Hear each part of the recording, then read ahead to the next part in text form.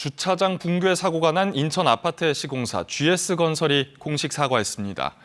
그동안 설계대로 지었다며 책임을 미뤄왔는데 철근이 일부 빠진 채로 시공한 점이 확인된 겁니다.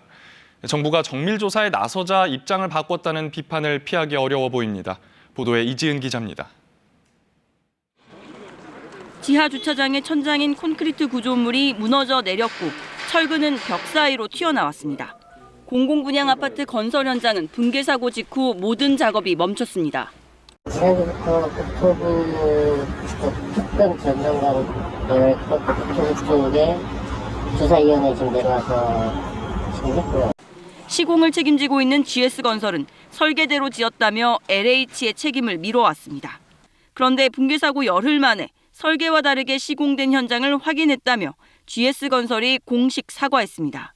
지하주차장 천장 상부와 하부 철근을 고정시켜주는 연결 철근이 전체 700여 곳 가운데 30여 곳에서 설치되지 않은 게 확인됐다고 밝혔습니다. GS건설이 자체 조사 결과를 공개한 건 사고 원인을 확대 조사하겠다는 국토부 발표 직후입니다.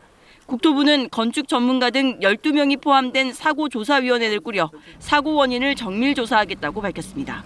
정부가 압박 수위를 높이자 뒤늦게 책임을 인정했다는 비판이 나오는 이유입니다. 1차적인 조사가 시공사에 있어야 될 것 같고 건설 사업 관리 제대로 관리 감독을 했는지 또한 설계가 제대로 됐는지 추가적으로 좀 조사해 봐야 될 것 같고요. GS건설은 지난해 12월 SRT 단전 사고를 일으킨 통복터널의 유지보수 시공사로 시공에서 문제가 있다는 판단을 받은 적이 있습니다. 이번 사고 조사 결과에서 벌점을 받을 경우 GS건설은 공공건설 입찰을 제한받을 수 있습니다. KBS 뉴스 이지은입니다. 지하 주차장에 지붕 성격인 콘크리트 슬래브가 무너져 내린 곳으로 들어가 봤습니다. 철근이 엿가락처럼 휘어졌고 시멘트가 부서져 바닥으로 떨어졌습니다. 추가 붕괴를 막기 위해 쇠기둥 수십 개를 받쳐뒀습니다. 주변을 통제를 완료를 했고요. 그래서 추가 붕괴가 되지 않도록 안전조치를 다 해서 통제를 다 했습니다. 이번 사고는 지하 1층 주차장 지붕 성격의 슬래브가 무너져 시작됐는데 지하 2층까지 영향을 받았습니다. 슬래브를 지지해주는 테두리 보나 벽이 없는 무량판 구조로 시공됐습니다. 여기는 무량판이랑 섞여서 시공됐다는 거죠? 예, 그렇습니다.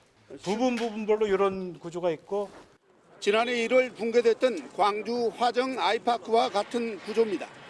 900여 세대인 이 아파트의 현재 공정률은 67%. 오는 10월쯤 입주를 앞둔 입주 예정자들은 불안감에 휩싸였습니다. 굉장히 분노해 계신 상태에 있고요.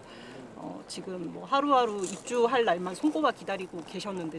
국토교통부는 사고조사에 나섰고 인천시는 시공회사의 모든 공사에 대해 철저한 안전진단을 지시했습니다. GS에서 공사하는 모든 현장에 대해서 완전 점검을 다 했습니다.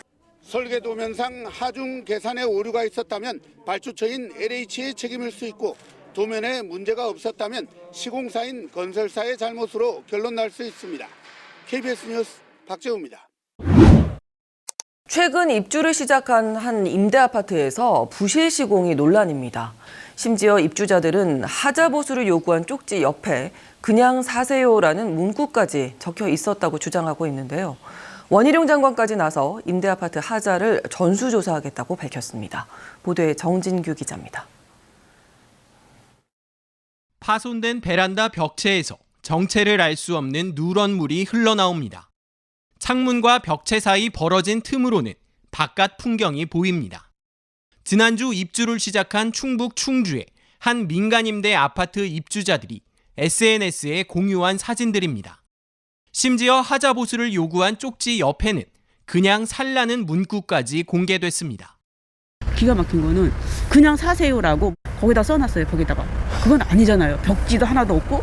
그런데 그냥 사세요라는 거는 말이 안 되는 거 아니에요?